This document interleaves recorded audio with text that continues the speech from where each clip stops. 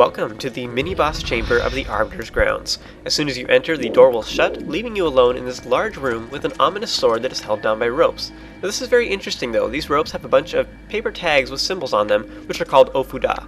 Now, these charms are typically pieces of paper that are prayed over by Shinto priests in shrines in Japan, and they can have different purposes and are used to either bestow blessings or to ward against different kinds of evil.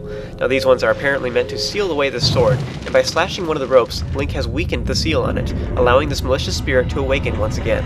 So just a little Japanese / history / religious lesson for you, as most Japanese players who get to this part instantly know what this represents. Meanwhile, the rest of us in other countries are kind of clueless. So, with that out of the way, as soon as the battle starts, you want to transform into your wolf form and use your senses to even see the mini-boss, who is all translucent just like the pose we defeated earlier on in this dungeon. You want to wait for it to change color when it attacks, making it vulnerable, and you want to strike away while you can. After several hits, it will take a more solid form, allowing us to see it more clearly. This creepy, undead-looking creature is named Deathsword, and interestingly, his garments are very similar to that of Ganondorf from the Wind Waker. Not saying there's any connection to that game necessarily, I'm just making the comment that it looks similar.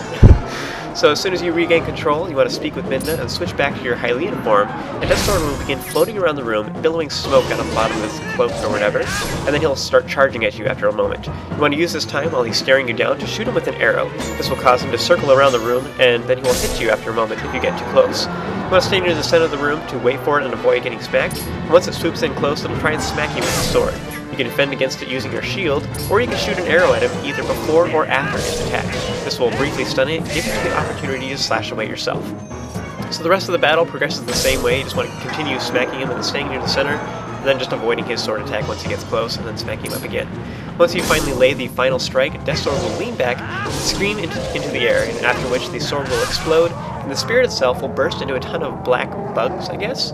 Bugs that fly up to through the hole in the roof up at the top. So, because the sword is gone, and no, it's not the same sword as a certain boss battle, I assume that this means that Deathsword is beaten for good. So the reason it was sealed was probably because no one could see it in the first place. So luckily we had our senses to help us out for that part. The gate up ahead will then open, so you want to run into this new area where you'll find a large chest containing the dungeon item, the spinner. This unique item will allow us to hop on and glide over otherwise impassable areas, so it can also be used on various machinery found throughout the game, but immediately one of its other uses comes into play. To either the left or the right, you can find places where you can latch onto the dark lines that are called rails. You can set the spinner to an item button and then press it to jump on. As soon as the spinner touches a rail, you will start rolling along it. Then you can press the button again to spin, which extends the blades within it, kind of like a spin attack. Now, when on the rail, you can do this in order to propel yourself off it and onto the ground, or propel yourself onto other rails. So we'll be using this repeatedly. On the ground, you can also spin to harm enemies, and you can press A whenever you want to get off the spinner. So with that, you want to go ahead and leave and go back through the door to get back to the previous room. With our newfound toy, there are several new areas that are now available to us, as one might imagine. As soon as you appear back out here, you'll see some rails off to your left. You want to latch onto them and press your item button again to switch over to the other set of rails up ahead. Once you get to the top, you want to go ahead and hop off and press A to get off the spinner and enter the next door.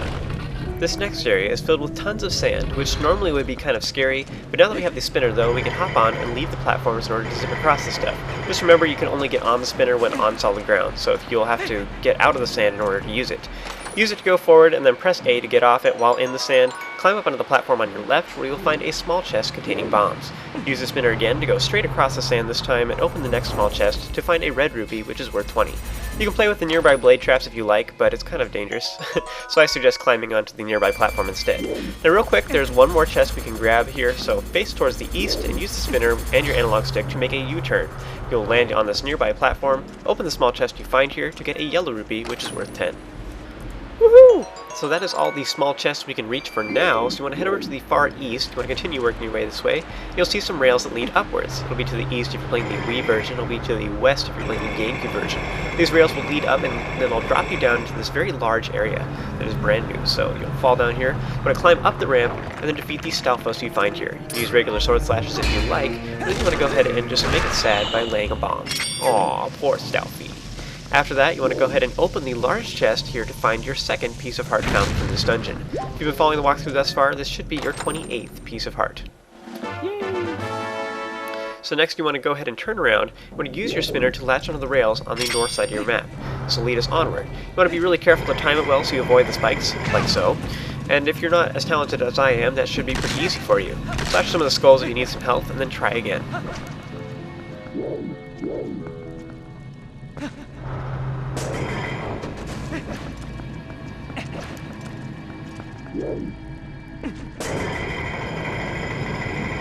Once you finally make it, you want to be prepared to latch back and forth along these broken rails. You'll eventually land in this pit of sand.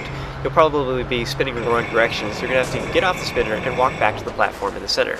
Now you can alternatively just, spin to get off the rails and then get off the spinner, but either way. Once you climb up, you want to face clockwise this time and spin towards the rails. This will take you up to a new set of rails that will take you to the northernmost portion of the room. Do not jump off. For some reason I got really confused when I first played this game, and I thought of those rails off to the right, which are actually a previous set of rails that allowed us to get to that other upper area. I actually thought that was where we were supposed to go. That I was supposed to latch onto those ones, so I kept jumping off and then landing in this previous area and getting really frustrated and doing it over and over again. So it's actually not as complicated as I thought it was. So that all being said, you'll drop down into this new area, and off to the left you'll find 2 more Stalfos. Now they can actually technically get in the way here in a little bit, as you'll find out, so you want to use bomb shoes, bomb arrows, or simply lay a bomb and then lure them into the explosion, defeating them both easily. With that taken care of, you want to open these small chests to get, oh my goodness, a yellow rupee. We are so rich. Turn around and climb up the opposite direction, and if you're impatient, you can use the rails on the side to get up faster. At the top, you want to turn around and you'll find 2 sets of rails with delay traps. I find this part really awkward to time correctly, but I'm sure the general gist of what you're supposed to do is pretty clear. You want to use the spinner to repeatedly switch the rails, and hopefully you'll get all the way to the opposite side. If you fall down, you can use the rails on either side to get back up to the top quickly and try again. So here, for example, I was trying to go at the same time as the blade trap on the left, and that seemed to work for me. So once you finally make it, you want to head on through the door and open the large black chest in order to get the big key, which will allow us to access the upcoming boss door. Now you want to use the rails on either side of this room in order to get back to this familiar area we've actually been in before. You'll notice, however, that on the floor is a suspicious looking gear-like hole thingy. You want to use your spinner near it and it'll snap into place inside it. Now this part is a little bit confusing. You're still using your spinner and you have to mash the item button repeatedly in order to turn the gears. I don't understand why you can't just hold the button in. I guess they just thought it was self-explanatory because, whenever you're using the spinner, you press it in order to extend the blades. Maybe they just thought this was self-explanatory, but I thought this puzzle was a little bit confusing. Anyway, you'll see the gears are spinning in the floor, and this will eventually build up speed as you keep pressing it repeatedly. And as with some of the pillar-turning puzzles throughout this dungeon, this will actually turn the outer wall so that we can access this final chamber of the dungeon. Once you finally gain control, you want to run over and use the spinner to get across the sand and latch onto the rails on your left. At this point, you want to simply sit back and enjoy the scenery. You'll see a platform in the middle that has one of those gear-turning thingies in it, and we'll get to that in just a moment. Now when you finally get up to the top, you'll see there are several skulls, and one of them actually has a fairy in it, so if you have an empty bottle, I recommend you get it and fill it with a fairy. You want to slash the remaining skulls to get health and such, that you may be missing, because the boss fight is just around the corner.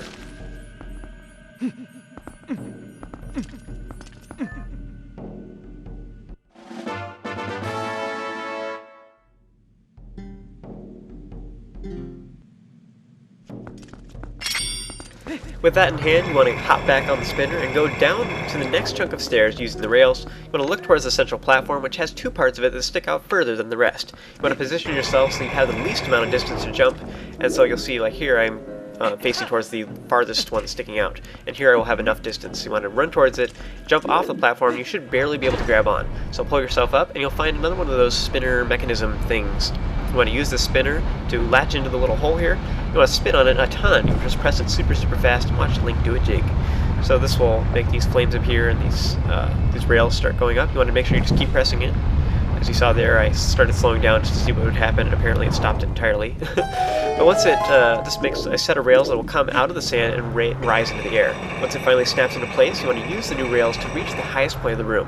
Run forward, slash up the skulls to get some recovery hearts, and then enter the boss door. So that's it for this video. Join me for the next one, and I will show you guys how to defeat the boss of the Arbiter's grounds.